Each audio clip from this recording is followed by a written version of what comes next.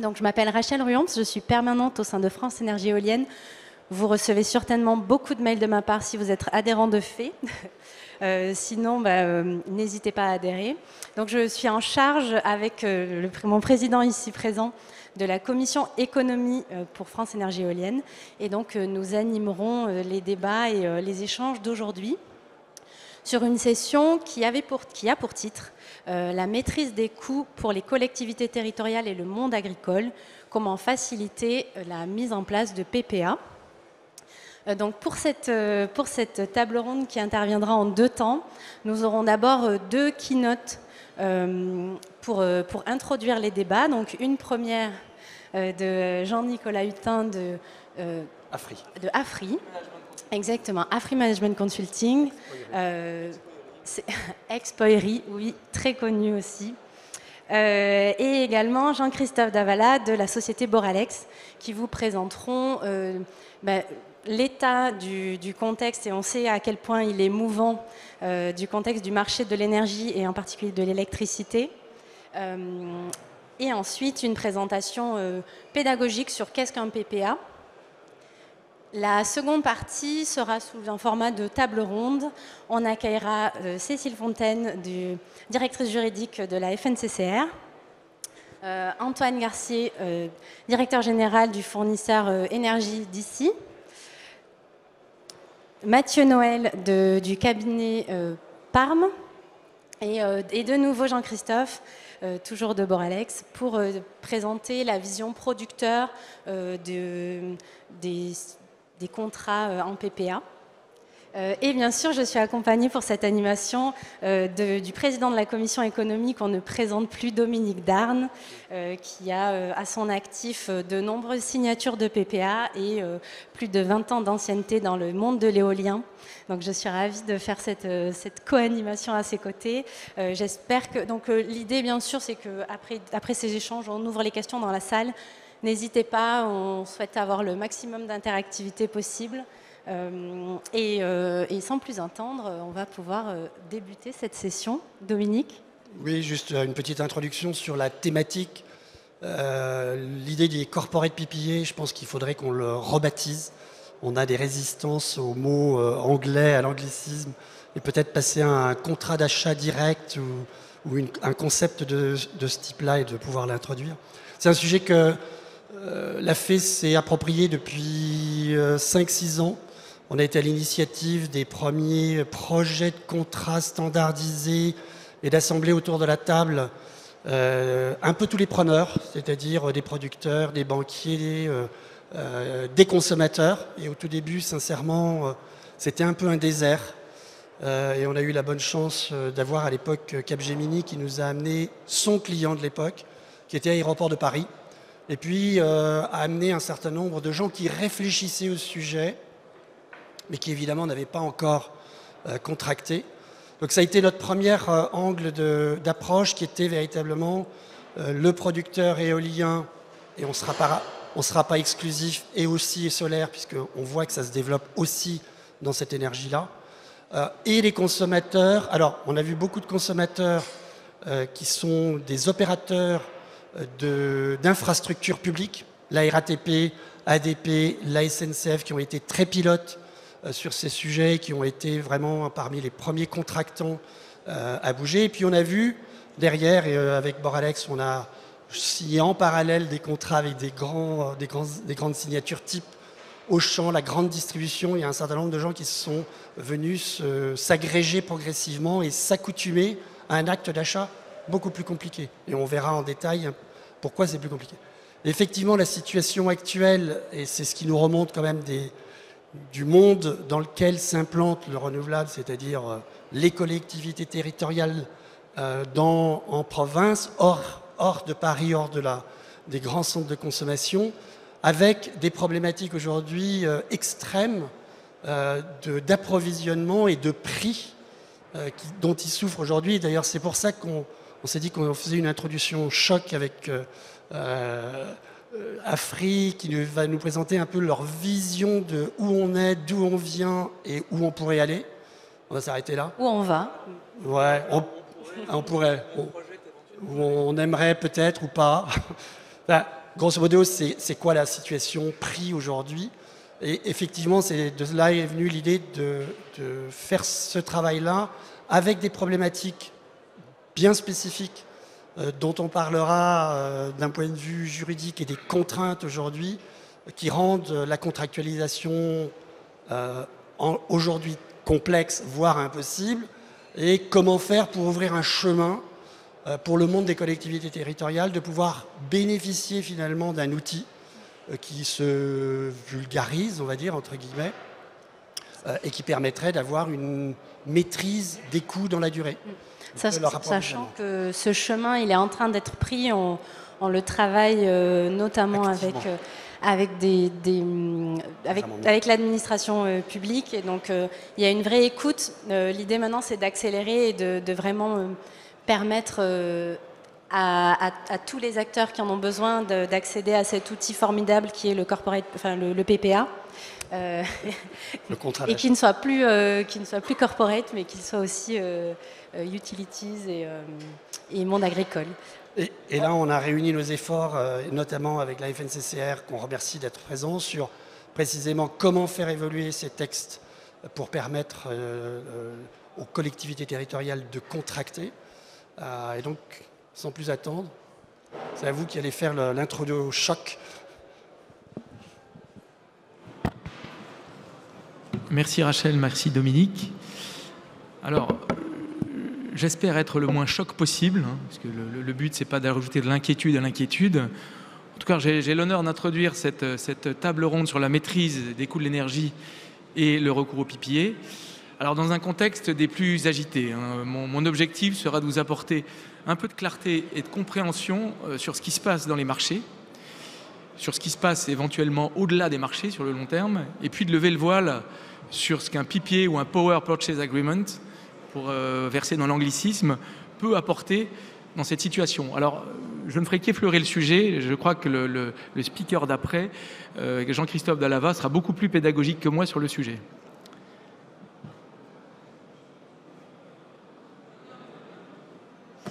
Alors, je vous laisse découvrir derrière moi les deux courbes que certains connaissent. En orange, vous avez l'évolution depuis 5 années du marché de l'électricité spot, et en bleu, l'évolution du marché, l'évolution de l'indice spot du gaz. Alors, du côté des prix, en fait, j'allais dire, où en sommes-nous? La situation est assez claire, elle est assez limpide, et le graphe qui est derrière illustre la situation extraordinaire dans laquelle se trouvent les marchés français et européens de l'électricité, ainsi que les marchés du gaz. Alors, qu'est-ce qu'on constate, notamment sur l'électricité? C'est que les marchés ont atteint des niveaux inédits, des niveaux records, et que si on se projette un peu en arrière et qu'on regarde les 3-4 années à partir de 2018, elles apparaissent plus comme un havre de paix que comme un océan de volatilité, comme ça pouvait être le cas à l'époque. Donc on a changé de dimension. Alors les quelques exemples de prix, cet été, les marchés spot ont atteint sur l'électricité des niveaux de 700 € par mégawattheure, encore plus sur les marchés à terme, puisqu'on a atteint les 1000 € par mégawattheure. Et donc c'est vraiment un changement d'échelle complet, et nous n'avons encore pas fini d'en digérer les conséquences. Alors évidemment, on connaît tous la cause principale de cette évolution, c'est la guerre en Ukraine et son corollaire, l'arrêt ou en tout cas la réduction drastique des livraisons de gaz russes en Europe, qui a provoqué une baisse évidemment de la rareté du gaz, et donc une hausse des prix du gaz. Alors d'ailleurs, on voit que les courbes du gaz et de l'électricité sont étroitement corrélées. On y reviendra plus tard, mais c'est cette hausse des prix du gaz qui a entraîné la hausse des prix de l'électricité. Alors le deuxième point qu'on oublie un peu, mais qui n'est pas neutre, c'est que la disponibilité moins bonne du nucléaire français a pesé sur les cours, a tiré les cours vers le haut, en France évidemment, mais aussi en Europe. Et puis enfin, il y a quand même ce qui est nouveau aujourd'hui, c'est que de manière assez durable, le risque de pénurie a été intégré dans les prix de manière assez systématique. C'est ce qui explique qu'on a eu ces pics, notamment sur l'électricité, moins sur le gaz, ces pics à des niveaux assez ahurissants. Alors, que se passe-t-il en réalité? Pourquoi, notamment sur l'électricité, pourquoi le prix et la volatilité varient avec cette amplitude et cette puissance, avec des mouvements qu'on ne voit sur aucune autre commodities. Alors, pour commencer, je rappellerai que l'électricité ne se stocke pas et qu'il faut que l'offre de l'électricité réponde en temps réel à une demande qu'on ne pilote pas. Donc c'est un exercice très compliqué. Il faut donc mobiliser en temps réel les moyens de production en fonction de cette demande. Et on le fait par ordre de prix croissant, c'est ce qu'on appelle le merit order. Alors encore un anglicisme, mais c'est dans le jargon, c'est comme ça qu'on appelle. Alors sur le graphe qui est derrière moi, vous voyez en abscisse la capacité cumulée pouvait être mobilisée par ordre de croissance des prix, et en ordonnée, vous avez le niveau du prix en mégawattheure. Alors comment ça se lit ? Si par exemple, pour un moment de demande, la puissance demandée se situe par exemple dans la zone jaune, c'est-à-dire sur le graphe, la zone qui correspond au nucléaire, eh bien le prix qui en résultera sera tout simplement le prix de la production, plus ou moins le prix de la production du nucléaire. Alors donc, avec ce mécanisme, avec ce système qui est propre à l'électricité, plus la demande va se dégaler vers la gauche, donc vers des moyens moins chers, plus il y aura des plus nombreux sont les moyens de production peu chers pour assurer la production, que ce soit l'hydraulique, que ce soit l'éolien, que ce soit le solaire. Donc on sera plutôt dans la partie des renouvelables. À l'inverse, plus on va aller vers la droite, c'est-à-dire plus la taille de la demande sera importante à un instant donné, il faudra donc mobiliser des moyens de plus en plus onéreux, d'abord le gaz, puis le charbon, puis le pétrole, et donc tout ça fera grimper les prix. Et puis à un moment, l'effet de rareté fera son effet et le prix se décorrélera de la réalité. Donc aujourd'hui, on est dans une situation qui est la suivante par rapport à cette situation de merit order. La zone couverte par le nucléaire, c'est-à-dire la zone jaune que vous voyez à l'écran, elle est plus réduite, c'est-à-dire qu'elle s'est décalée vers la gauche. On sort plus facilement du nucléaire. On se trouve donc beaucoup plus rapidement, plus facilement dans la zone du gaz et du charbon. Et donc, ça explique la corrélation entre le prix du gaz et le prix de l'électricité. C'est-à-dire que pour de très nombreuses fois, pour de très nombreuses heures, c'est le gaz, c'est le prix du gaz, c'est le prix de production du gaz qui fait l'électricité. Et puis enfin, on se rapproche très fréquemment de la droite du graphe en raison du risque de pénurie. Et donc, les prix atteignent des prix stratosphériques en raison du risque de pénurie qui est durablement installé. Et quand on regarde l'enjeu de l'année 2023, c'est l'hiver prochain, où on risque d'être fréquemment sur la zone droite et donc d'avoir des prix qui risquent peut-être, au-delà des ruptures et des interruptions de courant, qui risquent de dépasser peut-être les niveaux qu'on a connus aujourd'hui. Alors, que nous disent les marchés à terme ? Qu'est-ce qui se passe si on fait un peu d'anticipation ?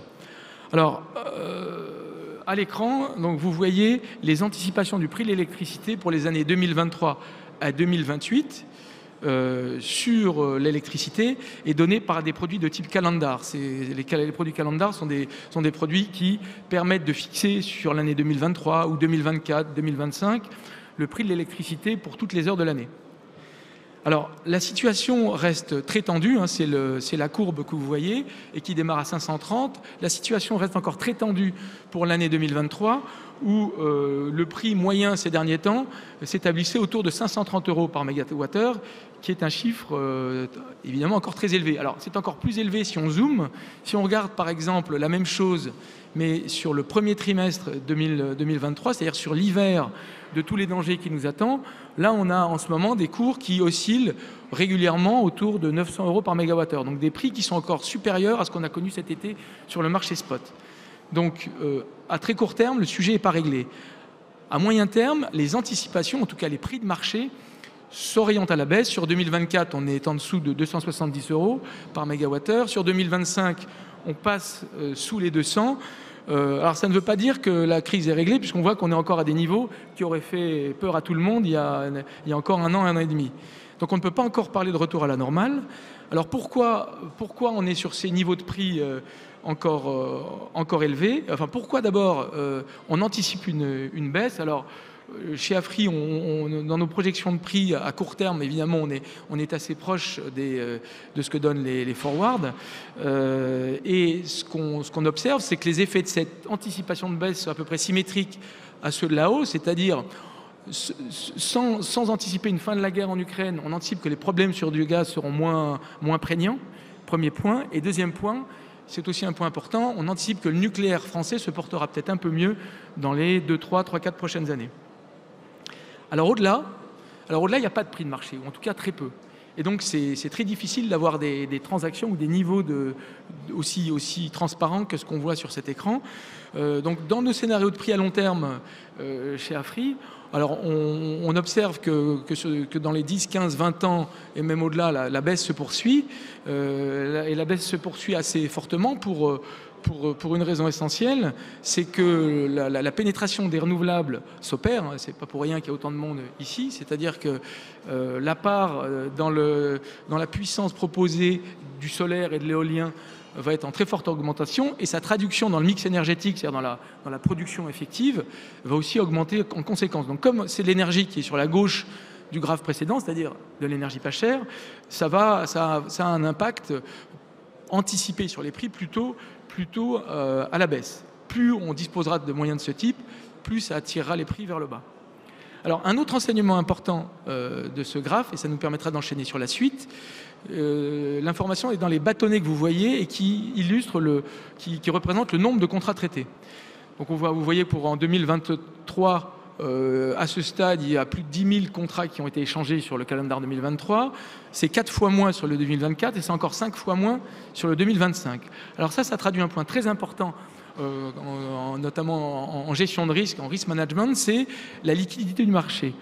Aujourd'hui, ce qu'on observe sur les marchés de l'électricité en France, en tout cas, c'est qu'on a une relativement bonne liquidité à court terme et qu'ensuite ça se dégrade assez rapidement. C'est-à-dire que si on veut couvrir son année 2025 ou 2026, ça peut s'avérer être très difficile parce qu'on ne va pas trouver en face d'intérêt.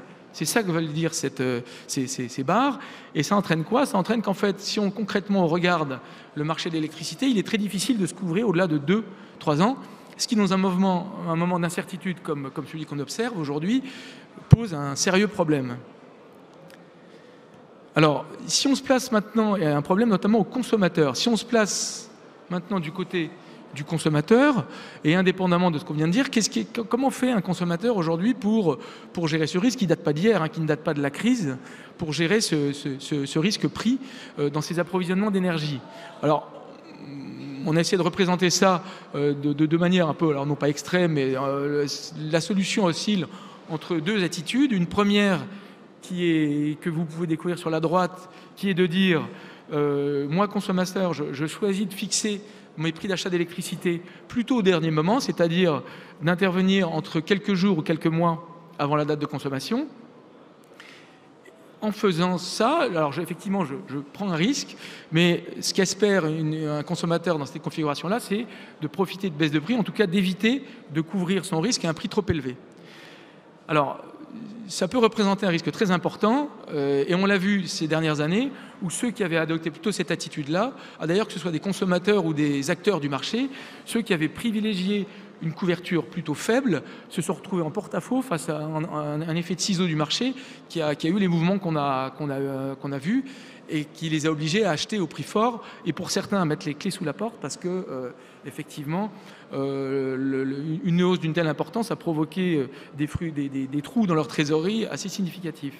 Alors l'autre manière, plus prudente, c'est de choisir de se couvrir bien en amont en mettant progressivement des couvertures 3 ans, puis 2, puis une année en avance pour lisser ses prix et au final mettre en place une sorte de bouclier qui évite sur la partie couverte de se retrouver avec des pics comme on l'a pu le constater. Alors évidemment aujourd'hui les consommateurs qui dans les années 2020 ou début 2021 ont pris cette option-là, s'en félicitent aujourd'hui parce qu'ils ont dans leur portefeuille d'achat des niveaux de prix que tout le monde rêverait d'avoir aujourd'hui. Donc cette question se pose aujourd'hui pour les consommateurs avec encore plus d'acuité vu la volatilité. Aujourd'hui un consommateur se dit est-ce que je me couvre aujourd'hui alors que le prix de marché, on l'a vu, il est à 500 € pour le calendar 2023, il est à 1000, quasiment 1000 pour l'hiver, ou bien au risque de surpayer, ou bien alors est-ce que j'attends au risque de subir un nouveau pic.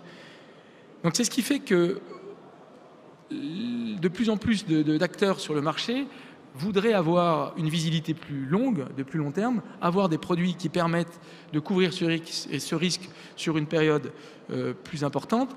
Et c'est là que le PPA entre en jeu et peut être un produit intéressant en termes de gestion de risque, et notamment de gestion de risque à plus long terme que ce qu'on avait aujourd'hui.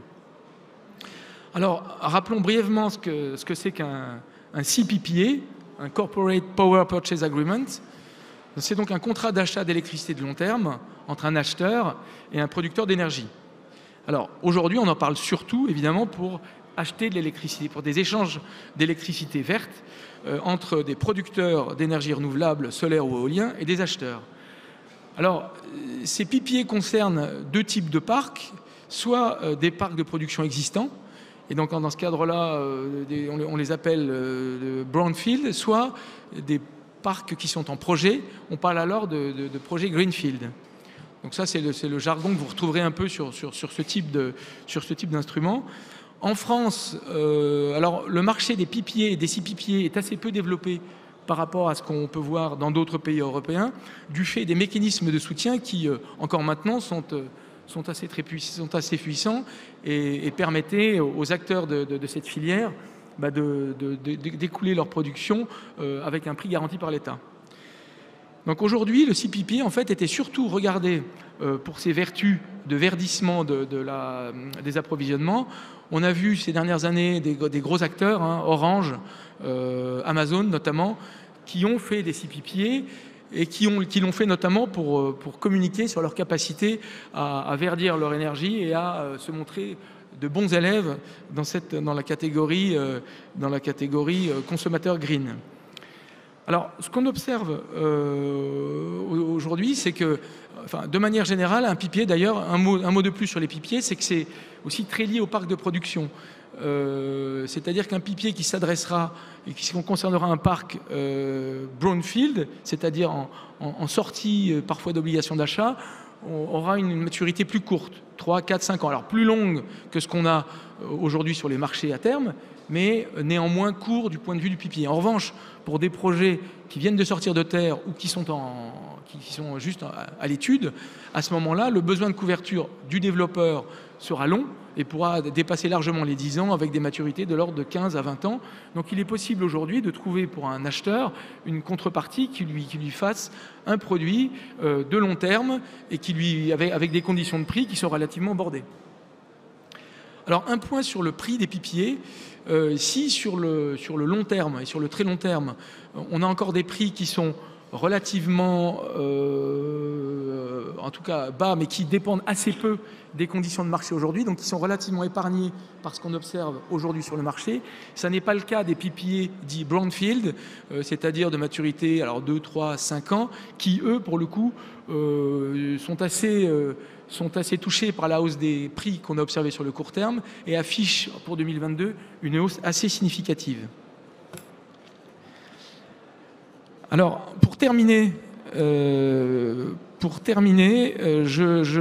j'aborderai brièvement, et pour introduire la présentation d'après, quelques points sur le PPA, sur le CPPA, en mentionnant les briques de base qui sont quand même assez nombreuses et qui font du CPPA un produit potentiellement complexe et qui nécessite de toute façon des négociations longues et des négociations soigneusement préparées.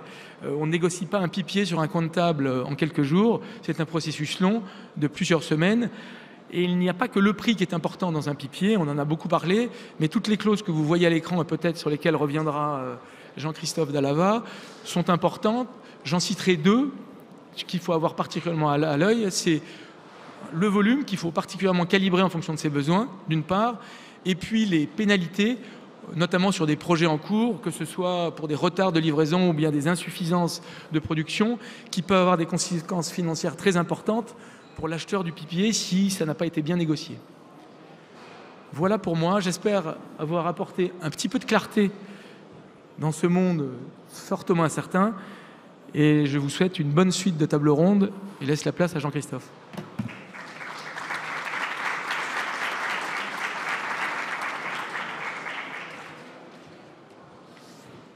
Bonjour à tous. Alors, c'est à moi que revient la lourde tâche de vous faire une présentation pédagogique dans un temps record sur les PPA, d'aborder tous les sujets. Donc évidemment, je vais devoir faire des raccourcis, je ne vais pas pouvoir être exhaustif, donc désolé pour les puristes, mais voilà, c'est ce qu'impose l'exercice. Alors, et je vais me focaliser sur le côté plutôt consommateur. Donc là aussi, désolé pour les producteurs, mais on pourra adresser les questions suite à la table ronde. Alors très brièvement sur Boralex pour que vous puissiez resituer mon propos. Donc on est un producteur indépendant d'énergie renouvelable. Notre maison mère est au Québec. On est un acteur historique du renouvelable et principalement de l'éolien en France, avec aussi de fortes ambitions de croissance dans l'éolien et le photovoltaïque. Et très tôt, ça fait plusieurs années qu'on a mis les PPA au cœur de notre stratégie, ce qui nous permet aujourd'hui d'avoir un retour d'expérience sur différents types de PPA. On a signé des contrats sur du court terme, 3 ans, sur du long terme, 20 ans, de l'éolien, du photovoltaïque, existant ou à construire. Donc on a finalement un retour d'expérience assez complet, même s'il y a d'autres options qui existent évidemment, que je vais vous partager aujourd'hui. Alors le PPA, 3 lettres, beaucoup de choses. Donc comme on l'a dit, un contrat d'achat-vente d'électricité. Donc ça peut être tout. Sur du fossile, sur du renouvelable, vers des particuliers, vers des collectivités, des entreprises, en direct avec un producteur ou via un énergéticien. C'est bien. Moi, je vais vous parler de PPA renouvelable. Donc, on va se focaliser sur le renouvelable. Et je vais vous parler plus précisément de corporate PPA, donc de contrats qui vont être signés directement entre un producteur et un consommateur. Et je me focaliserai sur les consommateurs dits industriels et commerciaux. Donc les collectivités peuvent en faire partie, mais j'exclus les énergéticiens d'un côté et les particuliers de l'autre. Ce n'est pas ce que je vais viser aujourd'hui. Et puis comme on est à fait et qu'on veut favoriser la transition énergétique et l'émergence de nouvelles centrales, je vais me focaliser principalement sur l'éolien évidemment, mais ces PPA qui sont dits additionnels, c'est-à-dire qui nous permettent à nous, producteurs, de nous apporter suffisamment de visibilité sur nos prix pour pouvoir déclencher un investissement et réaliser une centrale qui, sans ce contrat, n'existerait pas. Alors, ce que je vais vous raconter sur l'éolien à construire, à 95% est valable sur le photovoltaïque. Donc, rassurez-vous, on va être assez large. Et je vais vous parler aussi un petit peu d'éolien existant. Alors, vous pourriez me dire, c'est vraiment une niche là, ce dont va me parler Jean-Christophe. On va parler de 3 contrats qui se signent par an. Ce n'est pas le cas. Déjà, si on regarde les clients, donc côté demande que l'on cible, avec ce corporate PPA additionnel, on va cibler donc des entreprises grandes et des PME. Si vous regardez, alors si j'exclus les professionnels, on parle à peu près de la moitié de la consommation en France, 230 TWh annuels, ce qui est quand même 4 fois ce qu'on produit sur l'ensemble des filières éoliennes et photovoltaïques aujourd'hui. Côté offre, on a des objectifs de la PPE, la programmation pluriannuelle de l'énergie, qui sont très clairs. On veut ajouter des nouvelles capacités de production éolienne ou photovoltaïque. Et donc, ça veut dire faire quasiment x2 sur l'éolien si on est un petit peu optimiste et x3 sur le solaire. Donc, plus de 6 gigawatts par an qui vont s'ajouter. Donc, on est vraiment sur un marché qui est profond, avec beaucoup de consommation qui va être couverte par de nouvelles capacités. On n'est pas en train de parler d'une niche. Alors, pourquoi on fait des PPA? Il y a 2 ans, je vous aurais parlé en effet du côté vert, du côté RSE, qui sont toujours valables, il n'y a aucun doute là-dessus. Mais maintenant, il y a un autre élément qui est très clair, c'est la dimension et la pertinence économique des PPA. Alors, on n'est pas en train de parler de la même chose. On parlait avec Jean-Nicolas de maturité qui allait à peu près jusqu'à 3 ans. Quand on parle de PPA long terme, on parle de 20 ans. Donc là, je suis en train de vous comparer des choux et des carottes, mais je n'ai pas le choix. Il faut que je fasse quelque chose. Et donc, ce que j'ai voulu vous montrer ici, c'est finalement la variation des prix dont nous avons besoin en tant que développeurs, investisseurs dans l'éolien. Et donc, ce sont les résultats des appels d'offres d'État qui se déroulent depuis maintenant 4 ans. Donc, la moyenne les prix moyens des lauréats aux appels d'offres de l'État. Et je vous ai comparé cette variation d'appel d'offres en appel d'offres avec ce qui s'est passé sur les marchés qui cotaient, c'est-à-dire de Cal plus 1 à Cal plus 3, les fameux 3 produits que Jean-Nicolas vous a présentés. Voilà les variations qu'eux, ils ont connues sur les mêmes périodes. Ce qu'on peut voir ici, c'est que, évidemment, nous avons une stabilité dans les prix dont nous avons besoin et donc dans les prix qu'on va proposer en PPA sur des horizons de temps longs. On apporte une stabilité qu'aujourd'hui, le marché ne peut pas vous apporter. Donc, c'est vraiment là mon propos. Puis, si on parle de compétitivité, je pense qu'on en a parlé tout à l'heure, c'est sûr qu'on ne sort pas nos PPA à 500 € du mégawatt-heure. OK ? Donc, comment on fait ça? Pourquoi, alors que depuis 1 an, on vit une flambée des prix, finalement, quand on regarde le résultat du dernier appel d'offres, les prix ont monté de 13%. Eh bien, c'est parce que nous, on a un raisonnement, enfin c'est simple, on vient chercher de la visibilité. On s'en fiche du marché. Ce qui nous importe à nous, c'est d'avoir un prix visible pour déclencher notre investissement. Donc on va avoir un raisonnement qui est purement de quels sont mes coûts de production. Donc dans les coûts de production, je vais y venir, il y a du développement, il y a de la construction, évidemment, du financement et de l'exploitation. Et quel est le prix juste dont j'ai besoin, moi, pour déclencher mon investissement. Et donc voilà la structure de coût classique d'un parc éolien. C'est quasiment 2 tiers d'investissement, 1 tiers de coût d'exploitation. Ça veut dire quoi? Ça veut dire qu'à partir du moment où je mets en service ma centrale, j'ai déjà figé les 2 tiers de mon coût de production. Et il se trouve que ce coût de production-là, ce CAPEX, les turbines, le génie civil, le raccordement, est dépendant un petit peu des prix de marché de l'électricité, puisqu'il a bien fallu produire les éoliennes, il a bien fallu produire l'acier, le cuivre, etc. Mais c'est dans une proportion très marginale par rapport au coût complet d'une centrale. Et pareil sur l'OPEX. L'OPEX, finalement, nos loyers sont globalement relativement fixes. Les taxes, ça a tendance à monter un petit peu, mais en tout cas pas pour une question de prix de marché. Et sur l'opération maintenance, on va être plutôt exposé à l'augmentation du coût de main-d'œuvre. Là où sur le CAPEX, donc ça va être du coût de transport, du coût de l'acier. Donc vous comprenez bien que nous, on a une structure de coût qui est relativement décorrélée des prix de marché. Et on ne raisonne pas en prix de marché, on ne se compare pas au marché, ce qui explique qu'on soit capable de proposer des prix qui soient stables et visibles sur le long terme. Et là, c'est le premier message que je veux passer notamment aux acheteurs, c'est qu'il faut être conscient que quand vous entrez dans une démarche de PPA, c'est pour sortir d'une dynamique de marché d'électricité et rentrer dans une dynamique industrielle. Je ne dis pas qu'il n'y a pas de risque, mais vous choisissez le risque que vous prenez. Soit un risque de marché d'électricité si vous vous approvisionnez sur le marché, soit un risque industriel si vous décidez de contractualiser avec un producteur comme nous. Et c'est ce qui explique qu'il ne faut pas se comparer au marché sans arrêt quand on signe un contrat de PPA. Je vais vous illustrer cet exemple-là. Les clients avec lesquels on a signé, qui ont été pionniers, qui avaient une vision, se sont lancés dans les démarches en 2018. Ça aurait été facile pour eux d'abandonner les discussions en 2020 en plein Covid, quand les prix de marché étaient à 32 €, et de se dire « je vais perdre de l'argent, c'est sûr et certain ». Eh bien non, ils n'ont pas lâché. J'ai eu quelques sueurs froides, mais on l'a fait.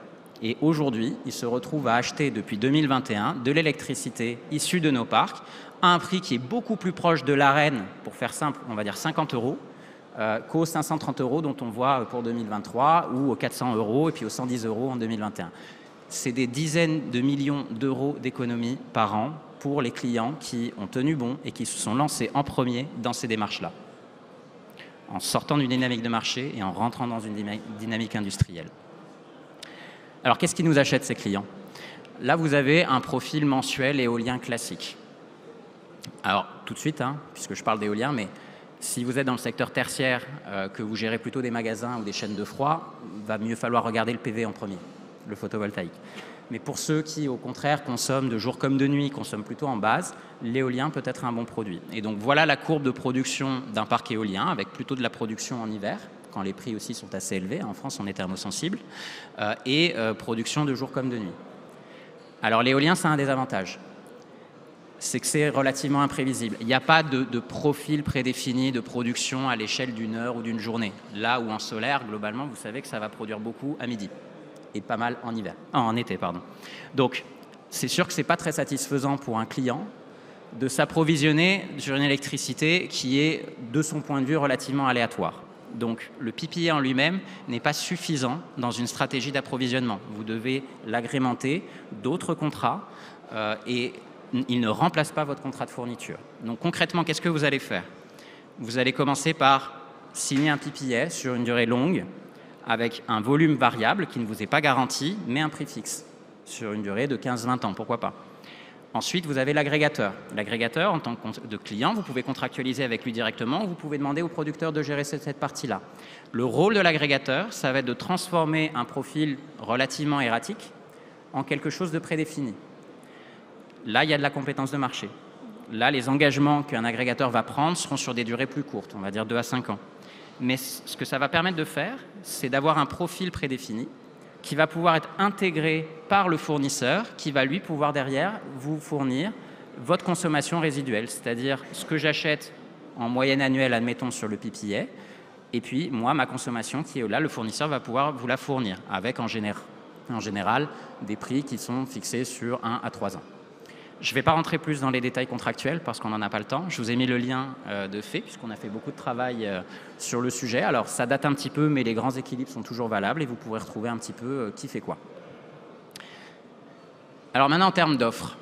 Là, je pense qu'il s'agit pour un client d'être très clair sur ses besoins. Si vous cherchez du prix sur le très long terme, si vous cherchez à valoriser la démarche RSE au maximum, si vous voulez un actif flambant neuf et sortir complètement dynamique de marché d'électricité, alors vous allez vous diriger plutôt vers un actif à financer. En revanche, vous allez devoir vous poser des questions de qu'est-ce qui se passe si ma centrale est construite en retard par rapport à ce qui était prévu. Comment je partage avec le développeur le risque de contentieux, éventuellement, ça dépend à quel stade du projet on discute. Il ne s'agit pas seulement d'avoir un contrat qui convienne à votre producteur et à vous-même, mais il faut aussi que ça aille à son banquier, parce que c'est le banquier derrière qui va financer. C'est très beau d'avoir un contrat, si derrière l'actif se finance jamais ou se construit jamais, ça ne servira à rien. Si vous n'avez pas envie de vous embêter avec tout ça, et que finalement vous vous dites, moi je veux juste acheter l'électricité, quelque chose de plus simple, sur un horizon de temps plus court, parce que tous les consommateurs ne peuvent pas s'engager sur le long terme ou ne le souhaitent pas, eh bien vous pouvez vous diriger vers de l'actif existant.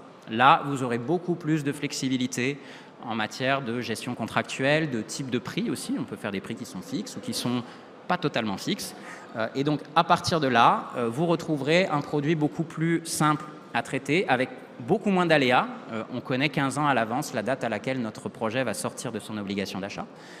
Et donc, vous savez quand est-ce que les premiers électrons vont arriver. Donc, les solutions existent. Il y en a pour tous les besoins. La question, c'est donc d'être très clair sur vos besoins et vos priorités. Et puis, vous voyez aussi que finalement, les avantages de l'un sont les inconvénients de l'autre. Et nous, on constate que beaucoup de clients que l'on a se sont dit pourquoi je devrais choisir. Il vaut mieux que je combine. Et donc là, vous avez deux approches. Donc, Métro l'a fait, par exemple, Auchan l'a fait, Orange l'a fait. Donc, deux sujets. Comment je gère la temporalité ? Je peux très bien avoir une solution de court terme sur un actif existant, en attendant qu'une solution de long terme prenne le relais une fois qu'un actif à financer sera effectivement construit et installé. Une autre façon aussi, ou un autre enjeu de combinaison, c'est, vous avez vu globalement le profil de production d'un parc éolien. On peut avoir une approche un peu plus de portefeuille et se dire je vais rajouter du photovoltaïque, je vais assembler des courbes qui sont un petit peu différentes pour coller un petit peu plus à mon profil de consommation ou stabiliser un petit peu plus le volume de PPA qui me sera livré sur l'année. Voilà, donc ça ce sont des exemples pour aller un petit peu plus loin. Maintenant, si on se pose la question de comment faire pour démocratiser les PPA et en faire plus, puisqu'en effet aujourd'hui c'est un marché en France qui est naissant, à la différence d'autres pays. Aujourd'hui, c'est quand même un marché qui est très limité par l'offre, aussi bien par les volumes que par ce que l'on est capable de faire et de proposer comme solution. Donc, je pense que l'enjeu, c'est de libérer les clients, de leur redonner le pouvoir pour qu'eux puissent accéder au volume qu'ils souhaitent et aux solutions qu'ils souhaitent.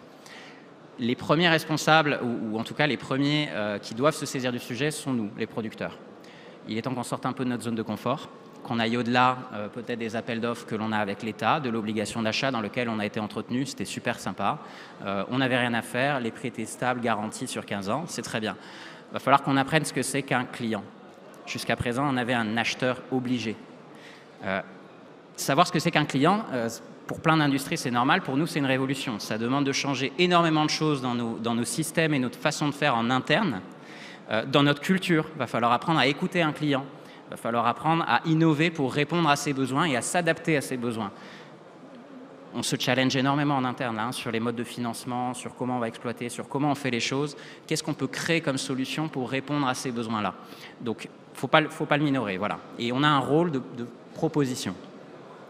Si maintenant je regarde les autres parties prenantes, les pouvoirs publics par exemple, aujourd'hui, vous le savez, s'il y a une limite sur l'offre, c'est aussi parce qu'il y a peu d'autorisations qui sont délivrées, des délais de développement qui sont très longs et des projets qui sont relativement coûteux parce qu'on a toute une série d'enjeux qui sont tout à fait valables que l'on rajoute quand on développe un parc éolien. Malheureusement, l'éolienne transparente qui produit beaucoup et pas cher, elle n'existe pas.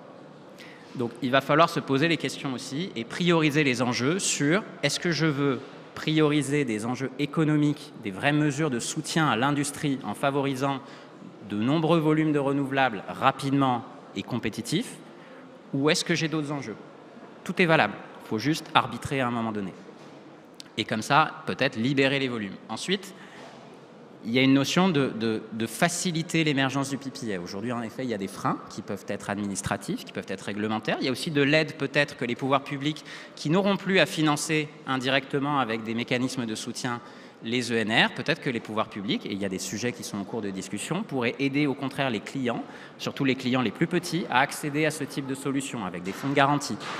Donc il y a des enjeux ici de faciliter l'émergence des PPA pour le plus grand nombre et de les démocratiser, de clarifier le cadre aussi. Le code de l'énergie n'était pas fait pour ce genre de contrat, il y a des zones d'ombre, il faut les clarifier. Et puis dernière catégorie de parties prenantes, alors très vaste, hein, les agrégateurs que je vous ai présentés, les fournisseurs et les prêteurs.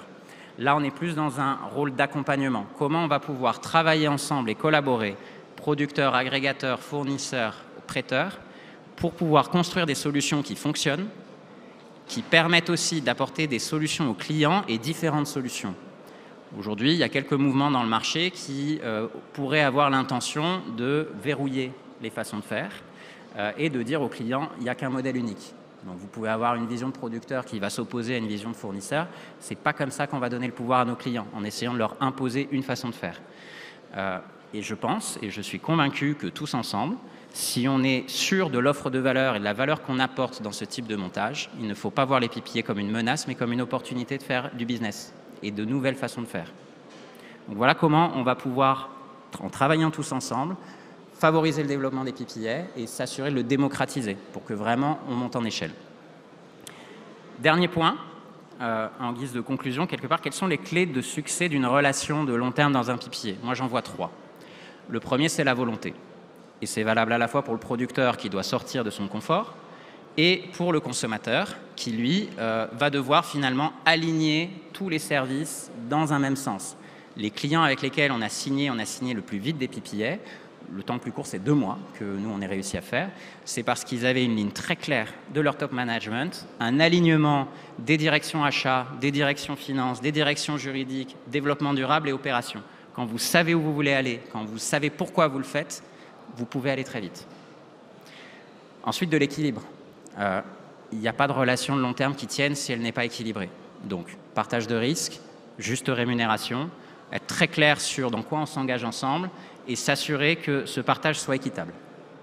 Et puis, dernier point, la confiance. Ça demande de la transparence dès le départ. Quelles sont mes lignes rouges? À quels risques je vais vous exposer? Vous, de votre côté, êtes-vous prêt à les prendre? Est-ce que ça, c'est en phase avec vos objectifs? Ça, c'est le point de départ. Sans ça, on peut passer des jours et des nuits et des années à négocier un PPA pour arriver à la fin à la conclusion qu'on n'y arrivera pas. Et puis la confiance, c'est sur la durée, évidemment.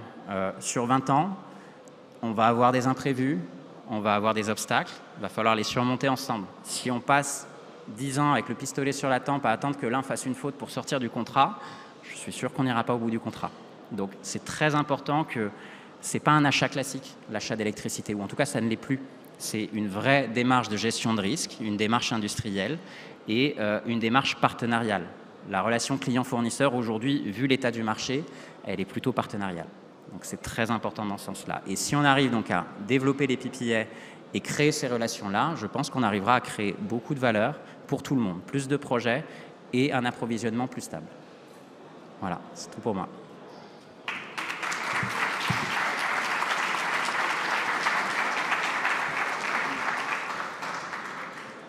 Merci Jean-Christophe. Je t'en prie, je propose à tous les intervenants de la table ronde de nous rejoindre sur scène.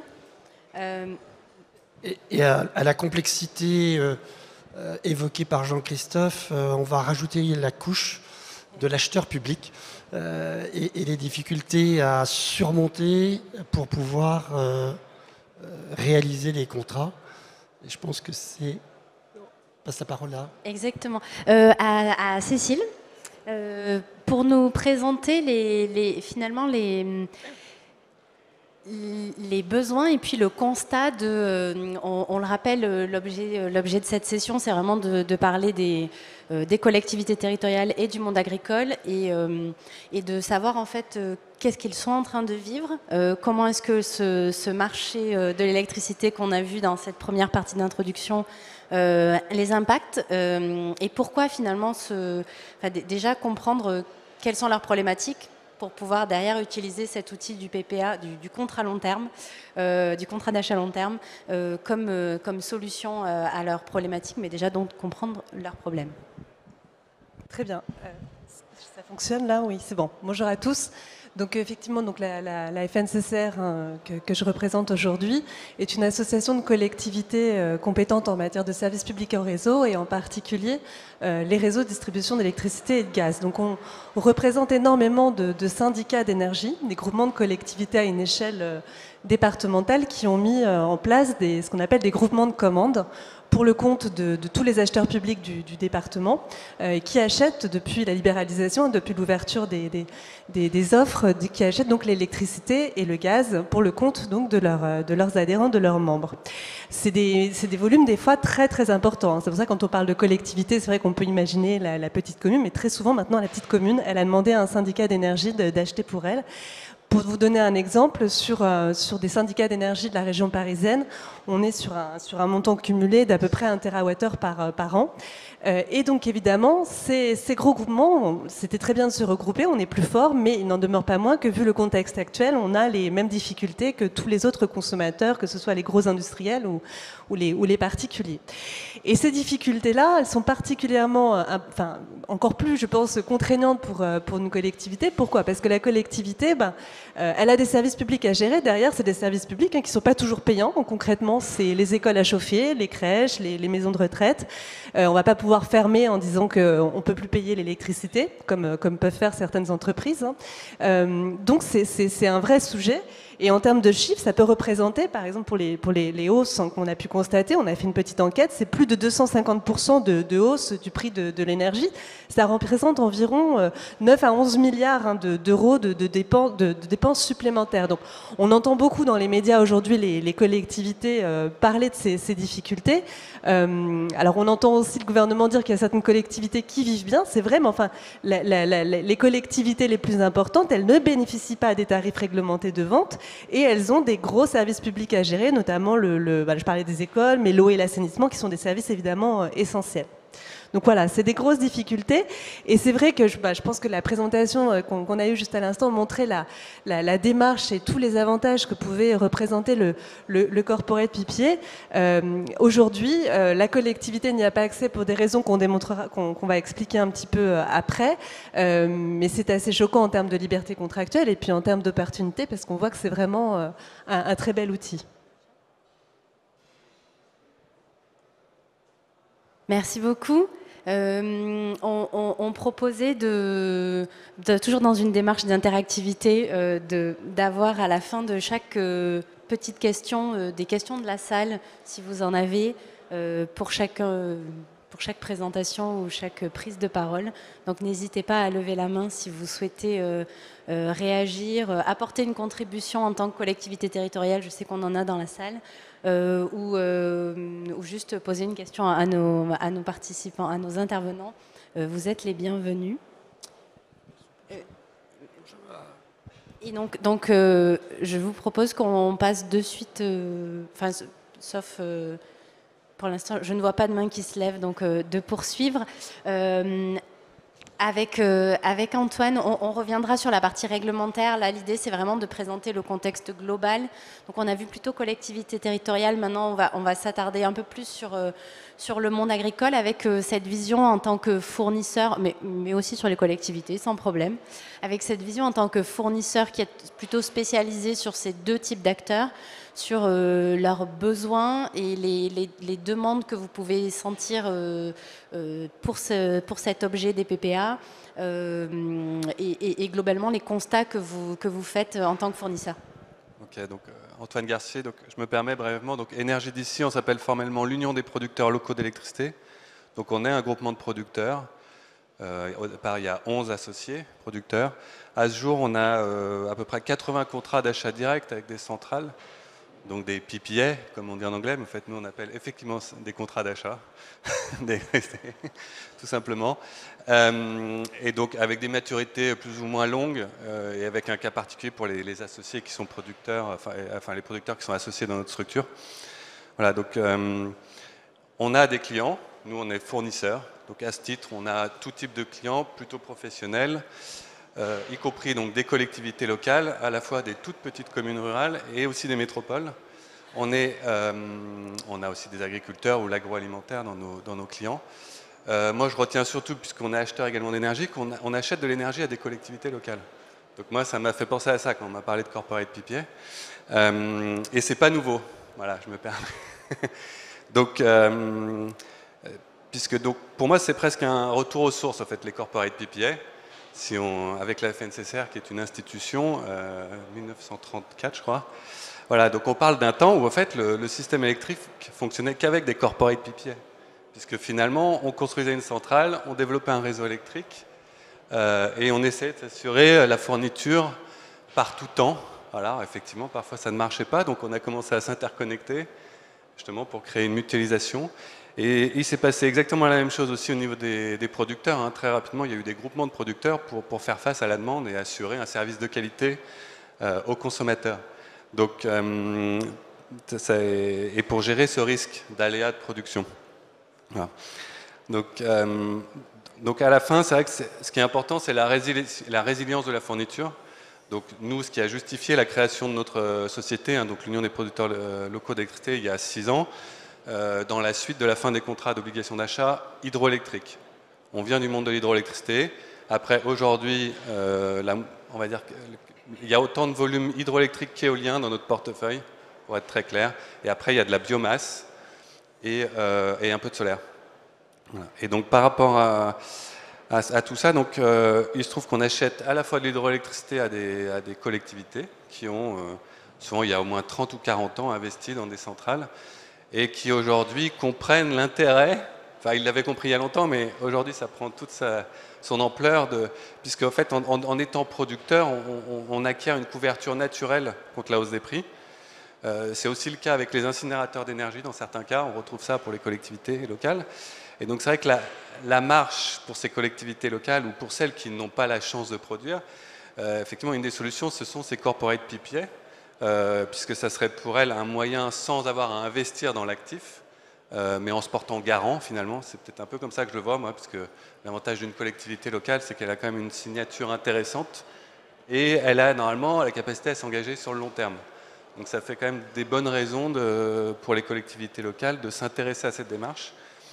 Mais pour en arriver là, c'est vrai que ça demande de faire un travail d'analyse sur ce qu'est la gestion des risques et développer une stratégie de couverture. Donc c'est vrai que nous, ce genre de discussion, à ce stade, on ne l'a eu qu'avec les plus grosses collectivités avec lesquelles on travaille, à la fois en achetant de la production ou en leur vendant, pour bien identifier, entre autres, qu'est-ce qu'on veut couvrir, à quelle échéance. Alors ça pourrait être de l'éolien, du solaire, de l'hydroélectrique, enfin bon, tout est ouvert là-dessus. Mais c'est vrai que pour l'instant, c'est encore un peu réservé aux plus grosses de ces collectivités locales. Et après, je pense que ça nécessite une démarche quand même individuelle de chaque collectivité locale. Et c'est là où je rebondis par rapport au groupement d'achat, où peut-être que c'est devenu peut-être trop gros pour arriver, en tout cas dans le cadre d'un groupement d'achat, pour mettre en place ce genre de système.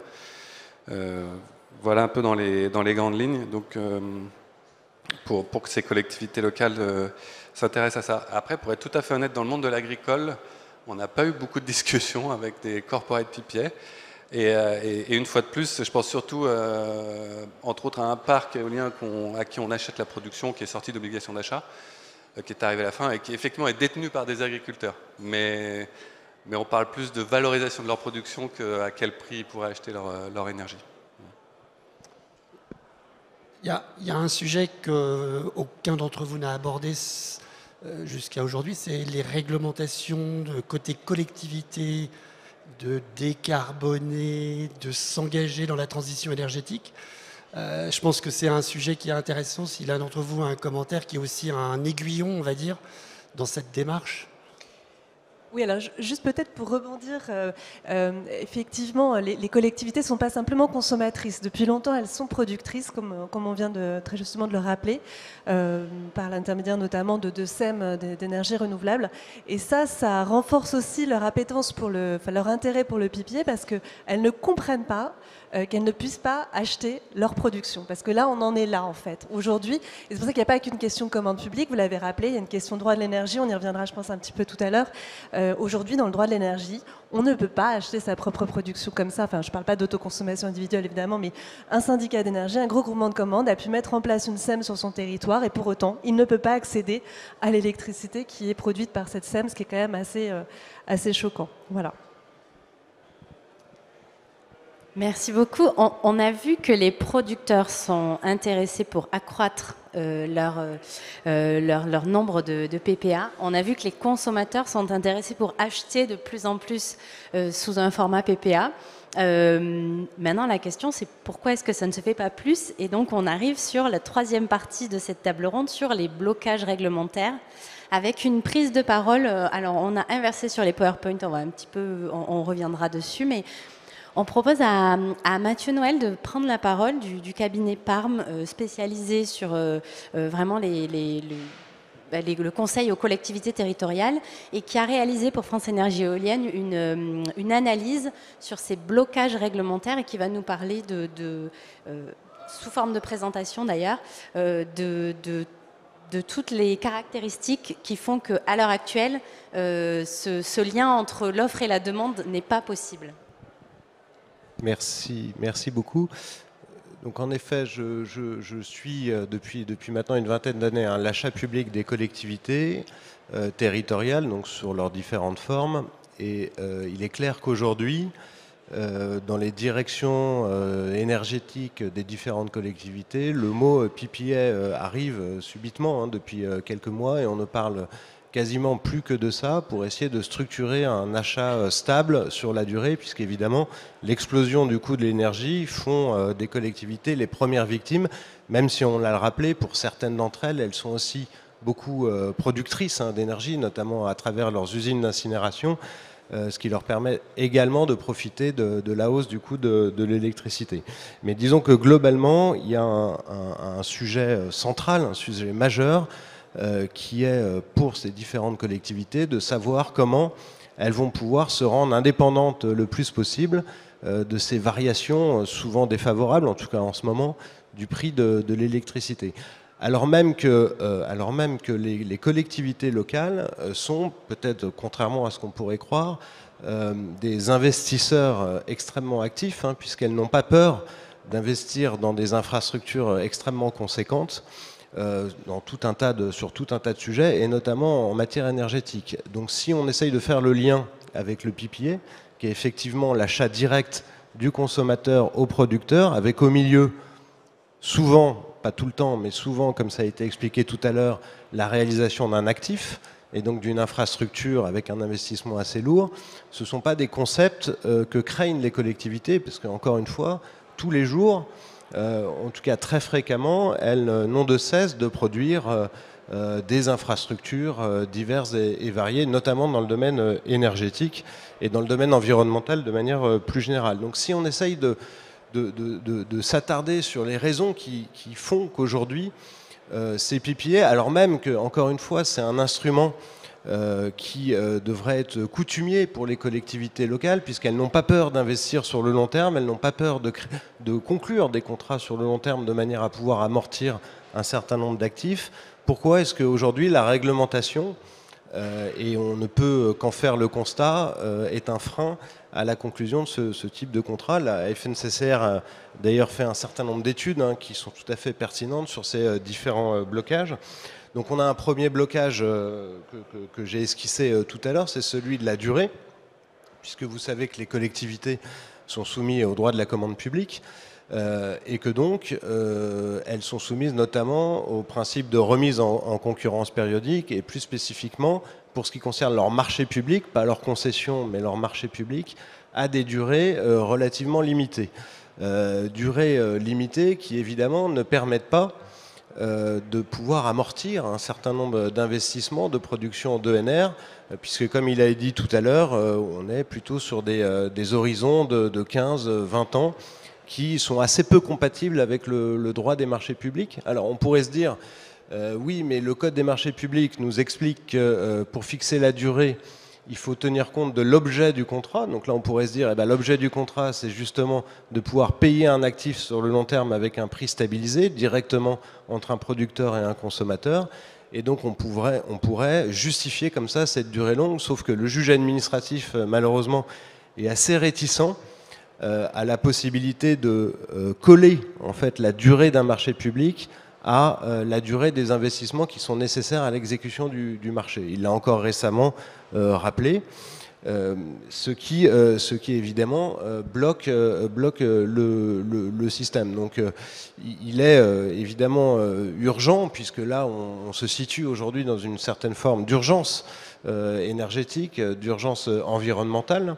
Il est urgent de débloquer ce verrou et permettre aux collectivités locales, sans crainte du contrôle de légalité, de pouvoir fixer des marchés publics avec des durées inhabituellement longues, qui seraient de 15, 20, voire plus, pour pouvoir justement amortir ces actifs et permettre aux producteurs d'avoir une échéance de consommation lui permettant justement de se lancer dans l'investissement sur ces différents actifs, quels qu'ils soient.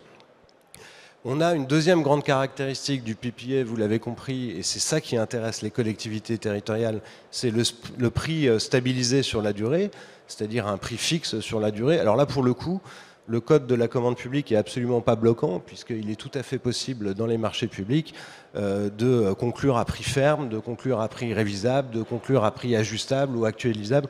Enfin, tous les outils sont là aujourd'hui. Il ne me semble pas qu'il y ait besoin de changer la loi, enfin de changer le code de la commande publique, en particulier sur ce sujet-là. Alors on a en revanche une autre difficulté, alors qui peut-être n'en est pas vraiment une, c'est la capacité qu'auraient les collectivités d'acheter en fin de contrat l'actif qui a été mis à leur disposition en quelque sorte à travers un prix d'électricité stabilisé par le producteur. Alors c'est vrai que le PPA, c'est pas la vocation naturelle que d'acheter les actifs, et on est plutôt sur un marché de fourniture d'électricité et non pas un contrat avec une dimension patrimoniale. Mais après tout, on peut se dire que si la collectivité paye la totalité de l'amortissement de l'investissement et qu'elle est la seule cliente du producteur, pourquoi ne pas avoir la propriété, si ça a un sens techniquement, des différents actifs. Et là, on a un problème. C'est qu'une collectivité ne peut pas payer son patrimoine de manière différée. C'est-à-dire qu'elle doit payer un ouvrage si elle souhaite s'en rendre propriétaire à la réception de cet ouvrage, c'est-à-dire une fois achevé les travaux. Et là, on voit bien qu'en payant le CAPEX dans le prix de l'électricité sur 20 ans, elle va payer ce CAPEX sur 20 ans et donc de manière différée. Et donc ça bloque évidemment au stade du droit des marchés publics. Alors il y a d'autres formes de contrats, mais là on ne va pas avoir le temps de l'expliquer, qui permettent cet achat différé, mais en tout cas pour les marchés c'est pas le cas. Enfin, peut-être dernier point pour essayer d'accourcir mon propos, on a un sujet de différenciation lorsque la collectivité passe sa commande publique entre un PPA, c'est-à-dire encore une fois, moi collectivité, je vais acheter la totalité de la production de mon producteur, qui va se situer d'ailleurs sur mon territoire ou pas.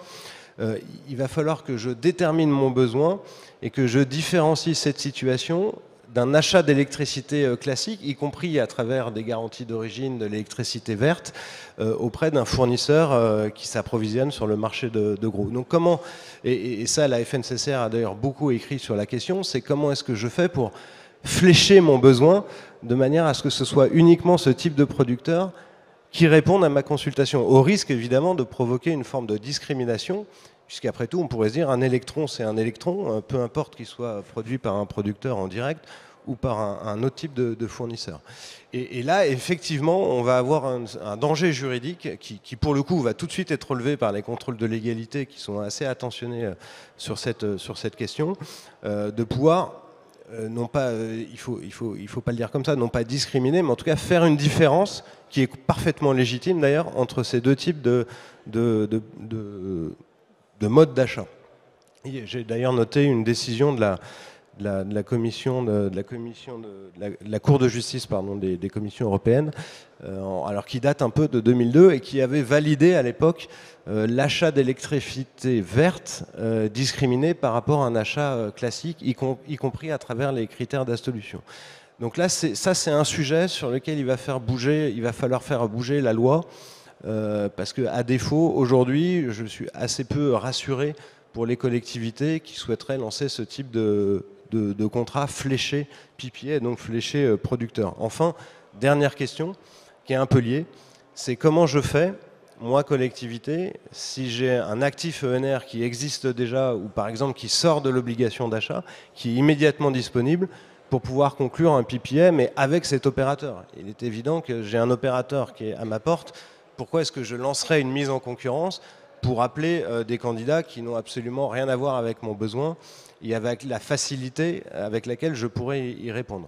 Donc là, ça pose la question évidente de comment je fais pour conclure un contrat de gré à gré, c'est-à-dire sans même le mettre en concurrence. Donc là, bon, on rentre dans le volet le plus sensible du Code de la commande publique, qui évidemment déteste les exonérations de publicité et de mise en concurrence préalable. Il y a une exception aujourd'hui dans le Code qui permet d'y recourir, c'est si c'est un opérateur obligé, c'est-à-dire si pour des raisons techniques ou pour des raisons liées à différents autres sujets, je suis finalement obligé de recourir à cet opérateur pour répondre à mon besoin. Et donc, mais encore faut-il que j'arrive à démontrer que mon besoin, c'est d'acheter à un producteur en direct et que, par chance, il y a justement un producteur qui se trouve sur mon territoire et donc je n'ai pas besoin de le mettre en concurrence. Donc on voit bien qu'il y a quand même un certain nombre d'obstacles qui sont plus ou moins infranchissables, qu'il va pourtant falloir franchir parce que c'est presque l'évidence. Et encore une fois, aujourd'hui, les motifs d'urgence climatique, l'explosion du prix des énergies rendent, à notre sens, nécessaire un certain nombre de dérogations qu'il va falloir intégrer dans le Code assez vite. Ça tombe bien puisqu'il y a un projet de loi qui est en discussion sur ces sujets. Quelle transition parfaite avec la seconde présentation de la FNCCR sur justement cette proposition d'amendement qui est en cours de discussion. L'intérêt, ça va être d'aller regarder vraiment, de creuser du côté réglementaire, de comprendre qu'est-ce qu'il faut qu'on arrive à atteindre, quels sont les leviers à ouvrir. Finalement, la présentation de Mathieu, ça a soulevé beaucoup de questions et ça a ciblé le panorama des besoins. Et là, on va rentrer vraiment dans le volet réglementaire juridique de chercher quelles sont les solutions les plus adaptées, autant pour les consommateurs que pour les producteurs. Oui, l'idée c'est de sécuriser ces contrats. Hein. Tout le monde a besoin d'être sécurisé, le producteur de son côté, et évidemment le consommateur. Alors peut-être pour revenir, pour expliquer, parce qu'il y a effectivement ce projet de loi accélération ENR, dedans aujourd'hui, il y a déjà un article qui reconnaît, alors on va arrêter de parler de PPA, et moi je vous propose un nouvel acronyme, c'est CADER, c'est le contrat d'achat direct d'électricité renouvelable. C'est pas très joli, mais enfin bon voilà. Parce que c'est une notion qui existe en fait en droit. C'est une notion qui est dans la directive ENR de 2018, donc c'est quand même pas tout récent. Et bizarrement, ça n'a pas été transposé dans le Code de l'énergie, ce qui est un vrai manque. Donc heureusement, le projet de loi d'accélération ENR y remédie, donc introduit le fameux CADER. Bon, je ne sais pas si je vais dire CADER tout le temps, parce que c'est pas très joli quand même, mais donc il y a déjà un article, par contre, elle ne dit pas comment faire pour la commande publique. Et c'est très important qu'il y ait cet article, pourquoi ? Parce que, comme vous venez de l'expliquer, quand on va rédiger un acheteur public, hein, de toute façon comme un acheteur privé, quand il va rédiger son cahier des charges, un point important, c'est définir son besoin. Et il ne va pas dire j'achète des électrons, comme vous l'avez dit. Il va dire j'achète un mode de commercialisation. Et c'est pour ça que votre intervention était vraiment, je trouvais, très éclairante là-dessus. On n'achète pas, c'est un mode de commercialisation différent. Or, il se trouve que dans le Code de la commande publique, dès aujourd'hui, on peut définir son besoin en fonction d'un mode de commercialisation et pas en fonction de spécificités techniques. Donc pour moi, dès aujourd'hui, on pourrait dire, voilà, j'achète un électron, mais pas sur le marché en achat pour revendre, j'achète un électron directement à un producteur, et pourquoi pas directement à un producteur qui est dans mon département parce que je mets en œuvre une politique énergétique. Donc ça, c'est vraiment la phase définition des besoins est fondamentale, et ça va être, ça on en est sûr, ça va être sécurisé dans le Code de l'énergie, puisqu'il y a un article dans le projet de loi.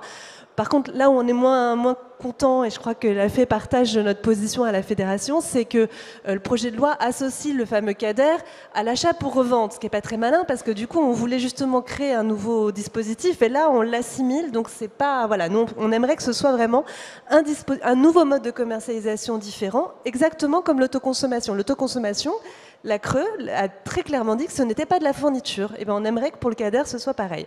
Donc ça, c'est le premier point. C'est quand même un aspect, c'est à la fois les acheteurs privés, mais les acheteurs publics, parce que c'est ne pas obliger un acheteur à mettre en concurrence un fournisseur classique qui s'approvisionne sur le marché et une offre d'un producteur.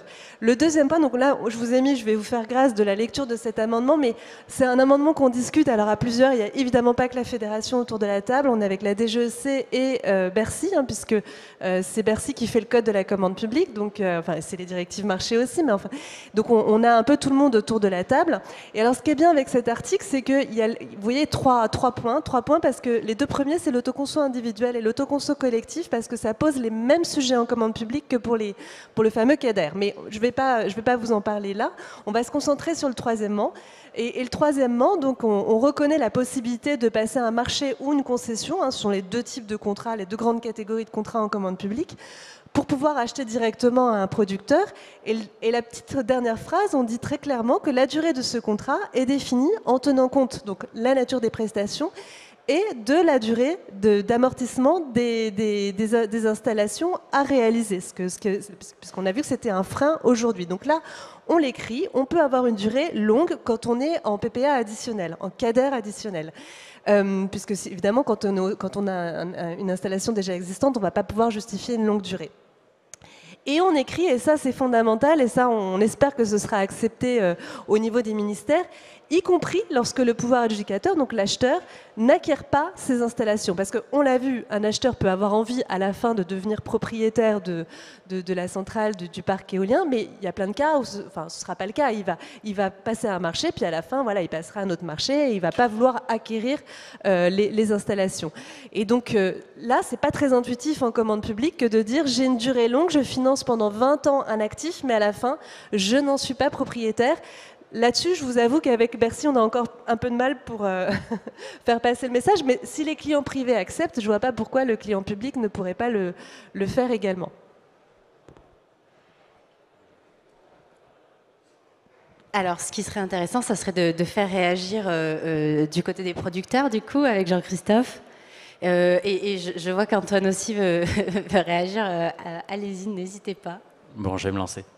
Je pense qu'on a vraiment des interlocuteurs naturels avec les collectivités, avec les agriculteurs aussi, mais on se focalise là sur les collectivités. Et c'est assez frustrant de ne pas pouvoir faire affaire ensemble. Nous, ce qu'on veut, c'est sortir des projets. On veut de la croissance. Ces projets, si en plus ils sont sur le territoire de la collectivité, c'est particulièrement important. On est habitué à travailler avec ces agriculteurs et ces collectivités. Ce qu'on recherche, c'est de la visibilité sur les prix, les collectivités aussi. Ce qu'on recherche, c'est une contrepartie qui va s'engager sur la durée, qui ne va pas être peut-être à un moment donné arrêtée en cours de route, justement parce que le marché se sera retourné. Donc c'est votre démarche. Je comprends la limite de durée. Et puis, un élément supplémentaire, c'est que si en plus de ça, l'actif est sur le territoire de la collectivité, on crée un sens qui est celui, enfin l'essence même des renouvelables, on crée des retombées locales, on crée des solutions pour les gens qui vivent avec les éoliennes ou avec le parc photovoltaïque ou l'installation de biomasse. Donc, il n'y a que de l'intérêt à travailler ensemble. Et donc là, on a un exemple très concret de verrou qui existe et qui empêche de faire des choses qui font du sens et qui créent de la valeur pour tout le monde. Donc, si je reprends un petit peu ce que je vous présentais sur le fait de libérer les clients, on a un client aujourd'hui qui est complètement entravé dans sa volonté d'aller chercher une offre qui répondrait à ses besoins. Je crois qu'on a été assez clair sur ce que les pouvoirs publics peuvent faire pour faciliter les choses. Je pense que nous, en tant que producteurs, on peut faire des choses aussi. Si demain, vous ne pouvez pas vous engager sur 20 ans, il va falloir qu'on apprenne aussi à financer des nouveaux actifs sur la base d'un contrat qui sera plus court. Et ça va dans le sens de démocratiser les PPA pour tout le monde, pas seulement pour les collectivités. Donc on a du travail à faire là-dessus. Et puis, bon, nous, on avait un acheteur obligé. Donc on était habitué à parler à personne, pour faire simple. Et donc on a déjà commencé à parler à des clients d'une certaine taille, voilà, qui nous permettent aussi, avec 3, 4, 5 clients, d'écouler une bonne partie des volumes qu'on a. Mais il va falloir que, petit à petit, toujours dans cette notion de démocratisation, on arrive à adresser des clients qui consomment moins. Donc peut-être séparer la production de différents actifs entre différents consommateurs. Et ça, objectivement, il n'y a pas beaucoup de producteurs aujourd'hui qui sont capables de traiter ça. Et c'est là où, justement, un fournisseur peut aider. Un fournisseur producteur en plus, donc il nous comprend tous. Et c'est là où donc, comme j'ai expliqué, les parties prenantes, donc les prêteurs qui doivent nous aider à financer des actifs sur la base de contrats plus courts que la durée de vie de l'actif, ce qui est déjà ce qu'on fait, hein. 20 ans, ce n'est pas la durée de vie d'un actif, mais on pourrait faire mieux. Et puis donc un fournisseur qui va nous aider finalement à agréger cette demande, à répondre à une demande qui est plus diffuse, et finalement jouer ce rôle d'acheteur de gros pour nous, hein, et faire en sorte et faciliter cette capacité qu'on aura à faire des deals ensemble. Côté producteur aussi, si à un moment donné il faut envisager la rétrocession de l'actif, évidemment, alors si vous auto-consommez typiquement une installation qui est sur vos toitures ou des choses comme ça, c'est clair, vous n'allez pas vous retrouver avec un opérateur que vous n'avez pas choisi ou avec lequel vous n'avez plus de relation. Si l'actif est très loin de vos bases, je pense que là, bon, il faudra discuter un petit peu plus, mais pourquoi pas, discutons-en. Donc voilà, il y a plein de verrous, mais il n'y a aucune raison qu'on n'arrive pas à les surmonter et à créer un cadre qui nous permette de faire des affaires. Et je vais juste compléter. Non, mais je suis content parce qu'il y a quand même beaucoup de collectivités locales qui trépignent. Donc c'est pour ça, à la lecture de ça, moi aussi je trépigne. Non, mais voilà, c'est très prometteur, effectivement. Pardon ? Mais si, je suis très optimiste. Non, mais il y a non, mais on parlait tout à l'heure des plans, enfin des schémas d'aménagement, enfin tout le travail que font les collectivités pour développer les énergies renouvelables sur leur territoire. Et qui s'en emparent, hein, elles font enfin, moi je ne trouve pas qu'elles fassent les choses à moitié, et elles ont envie d'aller plus loin. Donc voilà, c'est pour ça que je disais qu'elles trépignent et qu'elles souhaitent pouvoir consommer l'énergie qui se développe sur leur territoire. Donc voilà. Et après, effectivement, nous en tant que fournisseurs, on gère nos clients et donc on est ravis de les accompagner dans tous leurs projets, et donc et même, enfin, y compris ce type de projet, puisqu'on vient aussi du monde de la production. Voilà. Merci beaucoup, c'était très éclairant et puis je pense que c'est très intéressant d'avoir un panel aussi divers avec cette volonté commune côté France Énergie Éolienne, autant du côté des permanents que du côté de Dominique qui s'investit énormément sur ce sujet. On est très à l'écoute à la fois pour faire passer un amendement qui ait du sens et qui soit le plus représentatif de ce que les producteurs d'énergie éolienne qu'on représente ont besoin, et à la fois pour répondre à l'attente et à l'envie des consommateurs, mais aussi pour que la loi passe, parce que ça reste un amendement à rédiger du mieux possible, à faire accepter et plus globalement aussi s'assurer que cette loi pour l'accélération des ENR aboutisse et soit votée. Je vous propose qu'on ouvre les échanges avec la salle. Ne soyez pas timides. On est dans cette grande famille de l'éolien. Toute question est bonne à prendre. Vous pouvez, enfin, les questions peuvent aussi s'adresser à Afri, qui nous ont fait le plaisir et l'honneur de rester. Donc, si vous avez des questions aussi sur la toute première présentation, n'hésitez pas. On a la chance d'avoir nos intervenants qui sont là. Donc, la parole est à vous. Est-ce que c'est... Oui.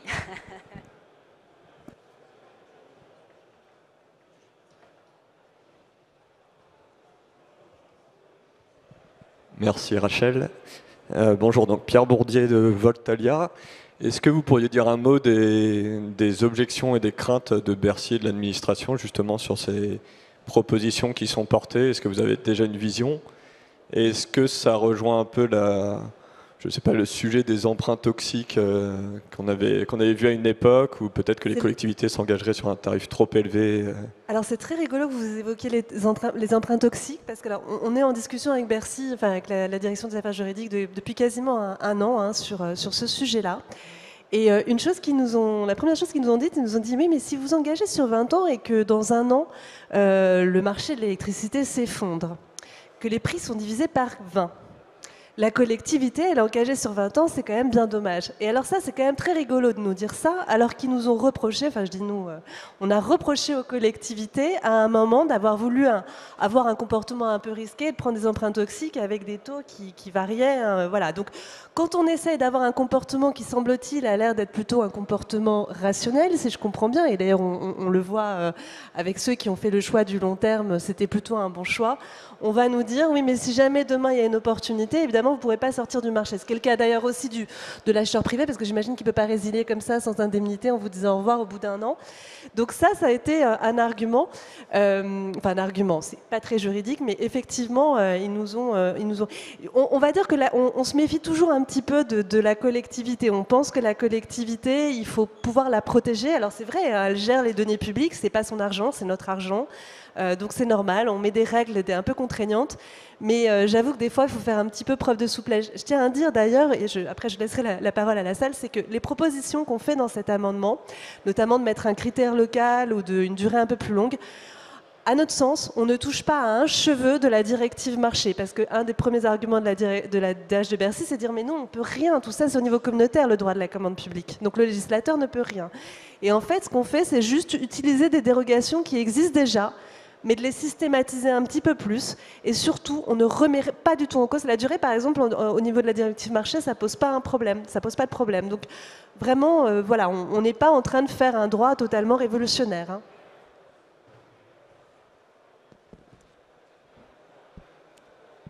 Est-ce qu'il y a d'autres questions?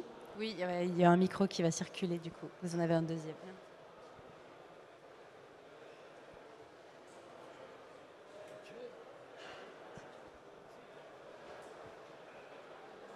Je pense qu'on a pas d'autres questions de la salle.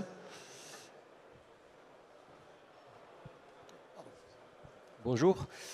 Par rapport à cette dernière remarque que vous avez faite, cet article du Code de la commande publique qui permettrait de faire, si je comprends bien, et en mettant tous les guillemets qu'il faut, permettrait de faire une discrimination géographique.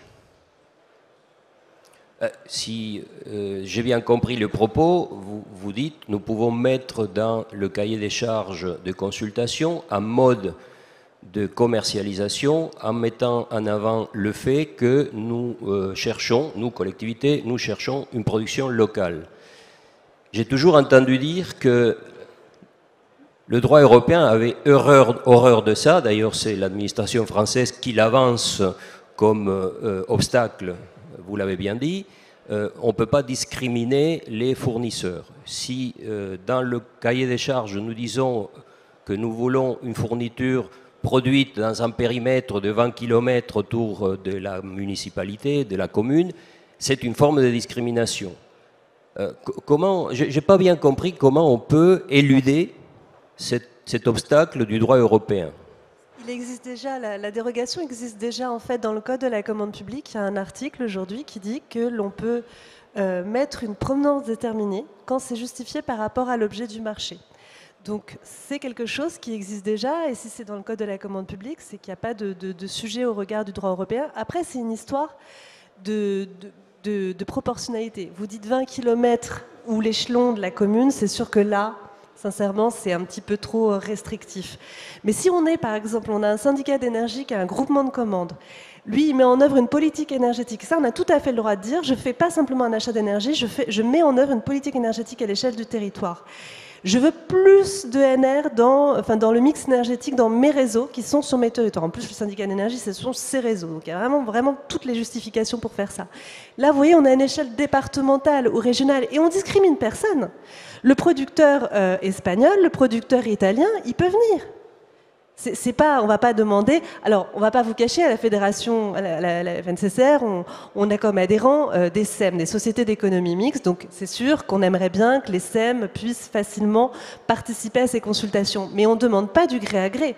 On les mettra en concurrence avec le producteur italien, si le producteur italien est capable de nous mettre, de faire exactement la même offre. Après, c'est une histoire de proportionnalité. Je suis d'accord avec vous.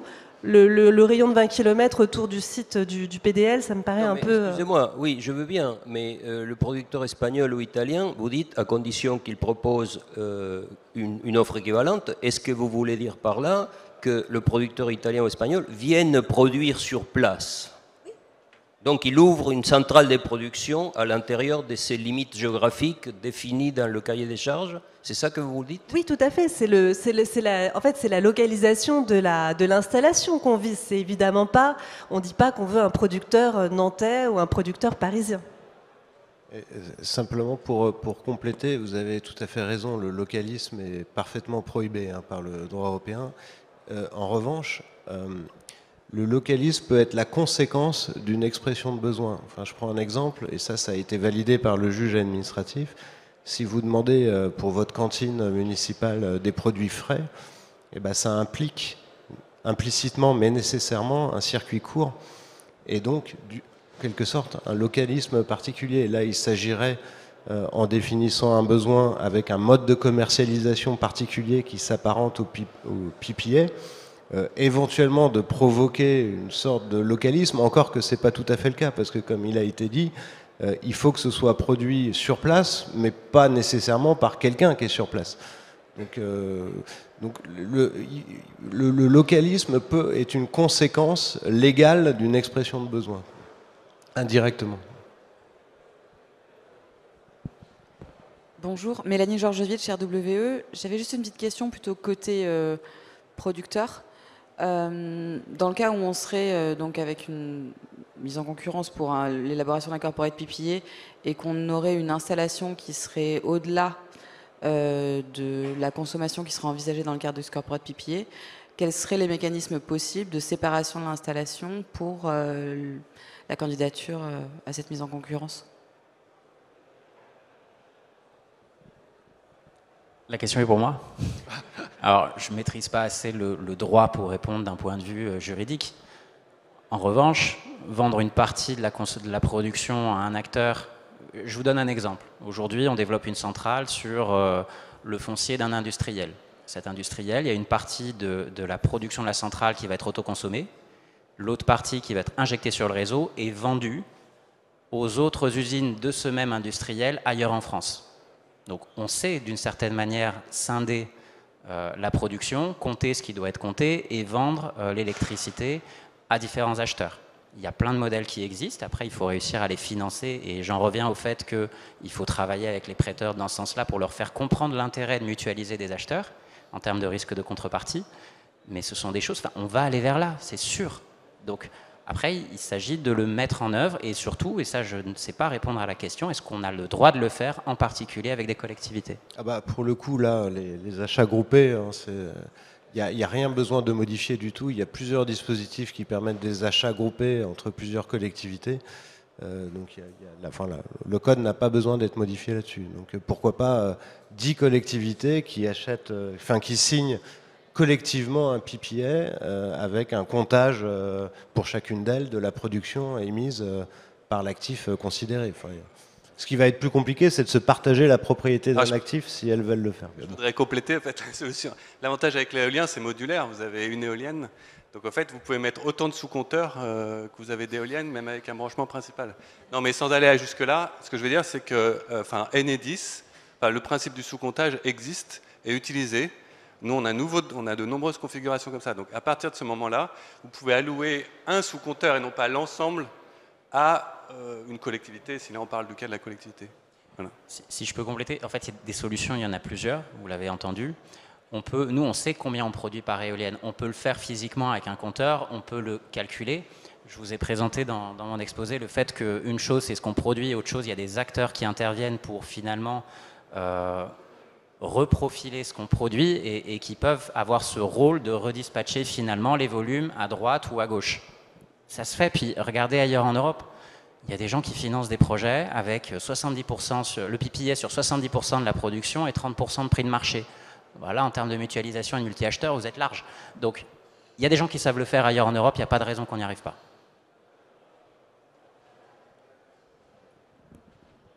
Est-ce qu'il y a d'autres questions dans la salle? Oui, au fond là-bas.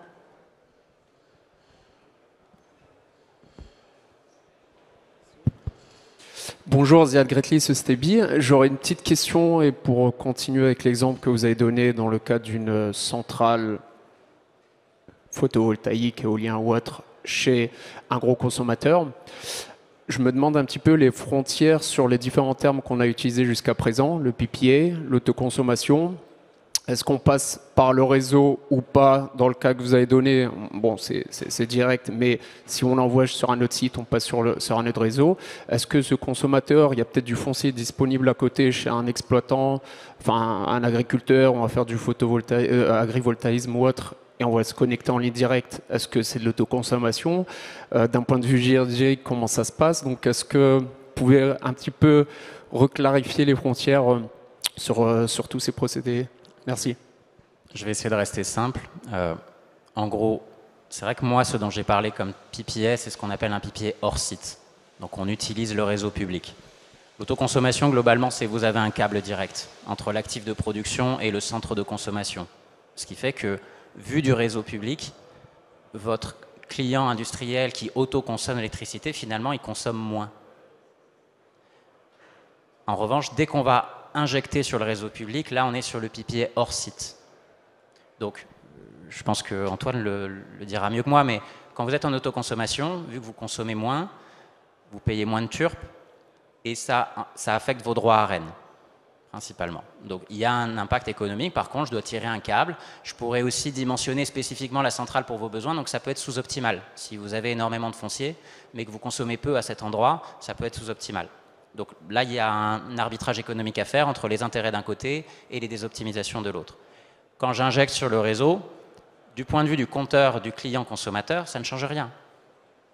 Donc la substance physique, c'est qu'on passe par le même réseau. En général, on se raccroche au même périmètre d'équilibre et que aussi le client achète la garantie d'origine. Tout ça, c'est ce qui donne la substance, si vous voulez, au PPA qu'on signe. Mais de facto, ça n'impacte pas sa consommation vue du fournisseur et vue du réseau public. Il va payer son TURP, il n'aura pas d'impact de droit à Rennes. Donc voilà, si je fais très simple, le distinguo. Vous avez un câble direct ou vous n'en avez pas?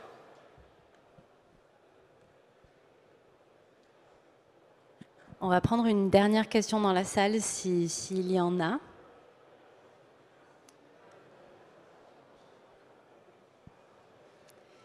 Eh bien, écoutez, je crois qu'on a répondu à toutes les questions. Il ne nous reste plus qu'à conclure. Dominique, tu veux dire quelques mots de conclusion? Non, simplement remercier toutes les personnes qui ont bien voulu venir animer la table ronde et faire leur présentation. J'espère qu'on a couvert tout le sujet, surtout que d'ici la fin de l'année, on a peut-être des choses qui bougent au niveau législatif et on compte aussi sur nos interlocuteurs à la DGEC où on a une petite discussion qui arrive dans pas longtemps. La Creux et peut-être Bercy, si on avait le poids de Bercy derrière nous, ce serait une bonne nouvelle. Merci à tous et à toutes et bon après-midi. Merci.